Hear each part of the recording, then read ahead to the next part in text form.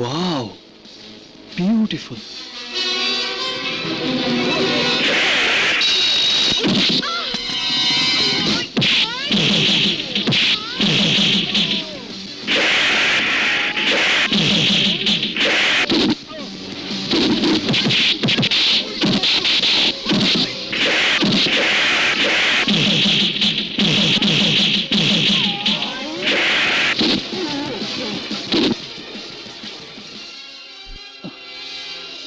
মুসা বাবা, যাকে সারা পৃথিবীর পুলিশ খুঁজছে, বিশেষ করে এদেশের পুলিশের রেড অ্যালার্ট যার জন্য, তার কি এভাবে একা ঘোরা ঠিক?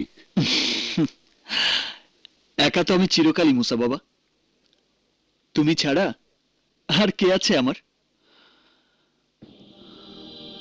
মাকে তো দেখিনি, যে আমার বাবা, তার কাছে সন্তানের প্রাপ্য স্নেহ কোনোদিন পাইনি। সব পেয়েছে শুধু তোমার কাছে। তুমি সঙ্গে আছো, আর কি চাই? তবুও তোমার বাবা হয়তো চিন্তা করবেন। করুক, আমি এখন 1 মাস বিশ্রাম নেব, এখানে পাহাড়ে পাহাড়ে ঘুরবো। আর পুলিশের ভয়ের কথা বলছো? তুমি তো জানো ভিক্টরকে ধরা শুধু কঠিনই নয়, অসম্ভব। এবার টার্গেট 1 হচ্ছে হিল নাম্বার 3, 6 কিলোমিটার উত্তরে T1। তারপর হিল নাম্বার 5 হবে টার্গেট 2, 11 কিলোমিটার নর্থ ইস্ট। মা, সারাদিন কিছু খাই নাই গো মা। পেটের ভোগে জান যায়, 2টা খাইতে দেন গো মা জননী।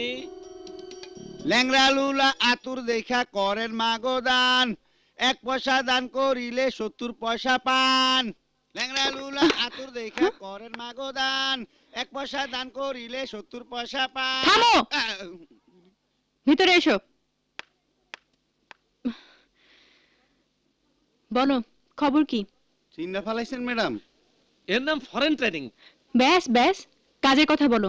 3 নম্বর পাহাড় পর্যন্ত রাস্তা ভালোই আছে, কিন্তু 3 নম্বর থেকে 5 নম্বর যেতে খুবই কষ্ট।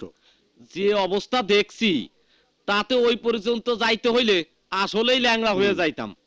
আগে 3 নম্বর শেষ হোক। পথে অ্যাম্বুশ করতে পারে এমন কোনো জায়গা আছে? জি না ম্যাডাম। তবে 5 নম্বরের পথের কথা কইতে পারি না। ঠিক আছে, যাও। আর শোনো, কাল থেকে এই ফালতু গেটআপে বের হবে না। এই পাহাড়ি এলাকায় যেখানে লোক বসতি নেই বললেই চলে, সেখানে কোনো ফকির আসে না। যাও, যাবার পথে কভারিং ফোর্সের অবস্থা দেখে যেও। জি ম্যাডাম।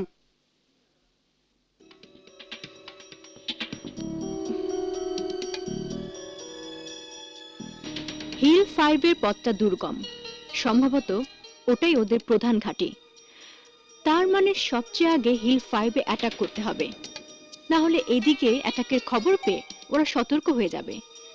আর হিল 5 এ পৌঁছানোর আগেই ওরা প্রতিরোধ গড়ে তুলবে অথবা নিরাপদে সরে যাবে। মই মুরব্বীর নামে বাইগো কইরা জান গো।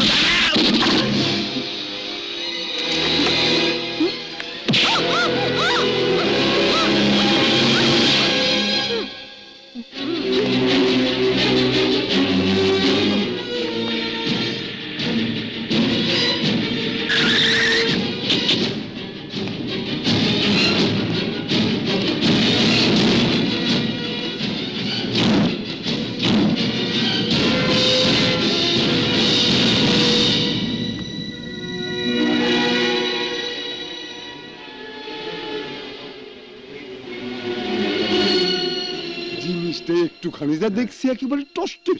লাভ কি? বসের কাছে নিলে গুলিতে জীবনও শেষ, যৌবনও শেষ। তাই তো, জীবনটা বসের জন্য রাইখা যৌবনটা আমরা একটু ভাগ করে লইতে চাই।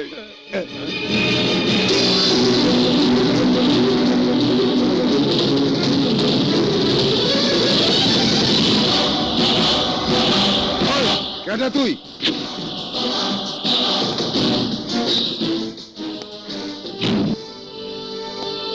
এই মার শালারে।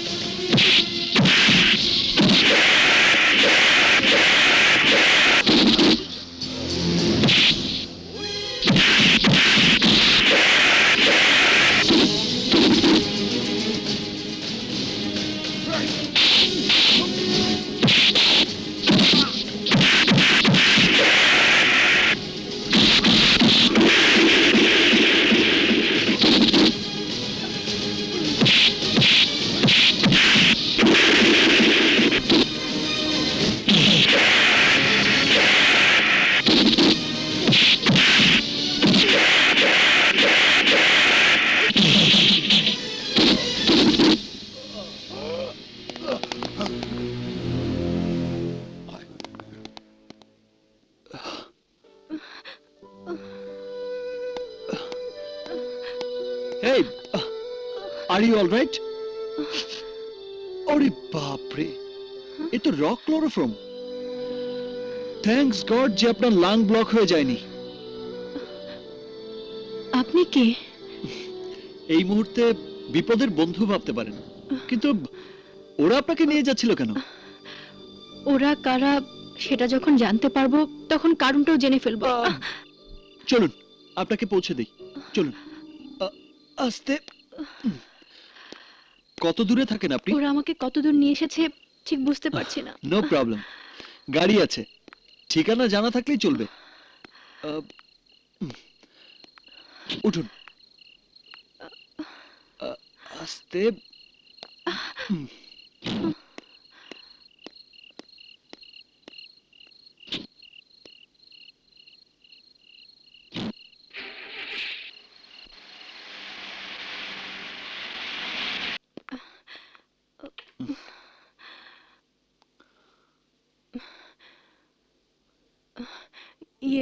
প্লিজ বসুন। না না, বসবো না, আপনি শুয়ে পড়বেন, তারপর আমি চলে যাব। বাহ, আমি শুয়ে পড়বো, হয়তো ঘুমিয়েও পড়বো, তারপর আপনি চলে যাবেন। দরজাটা বন্ধ করবে কে? ওহ, তাই তো মাথাতেই আসেনি। ওকে, আসি। বিপদের বন্ধুর নাম পরিচয় কিছুই কিন্তু জানা হলো না। আমি নীলিমা রাহাত চৌধুরী। রাহাত চৌধুরী আমার বাবা। আমি ভিকি। পাশেই আমার চা বাগান, রাবার বাগান। একদিন এলে খুশি হব, বাগানের টাটকা তাজা চা খাওয়াবো। That's a pleasure. লোভ সামলাতে পারছি না, অবশ্যই যাব। আসি তাহলে। অবশ্য যদি প্রয়োজন মনে করেন রাতটা পাহারাতেই থাকতে পারি। না না, দরকার হবে না, থ্যাঙ্কস। So by. বাই। বাহ বাহ বাহ, কি সুখবর! আমার 6টা আস্তানার মধ্যে একটা তাবা হয়ে গেল। 6 কোটি টাকার মাল গেল পুলিশের হাতে। ধরা পড়ার ভয়ে সায়ানাইড ক্যাপসুল খেয়ে মরল 8 জন। কে করলো এইসব? একটা মাইয়া। আমাকে শায়েস্তাকরণের জন্য আজকাল আর পুরুষ পুলিশের দরকার হয় না, একটা মাইয়া পুলিশ আইসেই পালিশ করে দিয়া যায়। আর আমার এইসব পাহাড় জঙ্গলে ট্রেনিং পাওয়া বাঘা ক্যাডার গো আগা বাইর কইরা ছাড়ে সাধারণ একটা পিচ্চি পোলা। সাধারণ না বস, মনে হয় ইন্টারন্যাশনাল ট্রেনিং পাওয়া। গুলির মতো হাত পা চলে, বহুত ডেঞ্জার। হ্যাঁ, তাহলে কি চা বাগান, রাবার বাগান সব লোক দেখানো? আসল মতলব কি আলাদা? ট্রিগার! বস, এই, তুই তো নিশানাবাজ। তোর নিশানায় 1 নম্বর নাম লিখে দিলাম, চা বাগান রাবার বাগানের চ্যাংরা মালিক। কালকের মধ্যে ওর লাশ পড়া চাই। নইলে আমার হাতে লাশ হবি তুই, আর আমি লাশ হব বিগ বসের হাতে। কি হয়ে যাবে বস।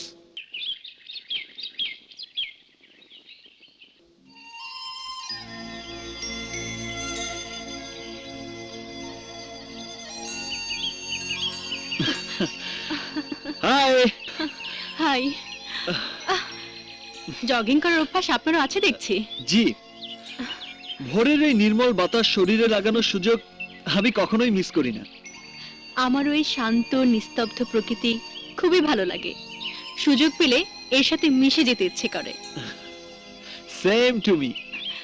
অথচ জানেন, কিছু লোক এই শান্ত প্রকৃতিকে নিজেদের স্বার্থের জন্য হিংসা, হানাহানি, লুটতরাজ, সন্ত্রাস দিয়ে প্রকৃতিকে বদলে দিতে চাইছে। আপনার শরীর এখন কেমন? ভালো, একদম ফ্রেশ অ্যান্ড ফাইন। আপনার মতো কিছু ভালো মানুষ এই পৃথিবীতে আছে বলেই আমরা এখনো ভালো আছি। আপনার কাছে আমি ঋণী হয়ে গেলাম। কিছু কিছু এমন ঋণ আছে যে ঋণ দেয় সেই ঋণী হয়ে যায়। আপনাকে ঋণী করতে পেরে নিজেকে ধন্য মনে হচ্ছে। বড় মনের মানুষেরা নিজেকে বিলিয়ে দিয়েই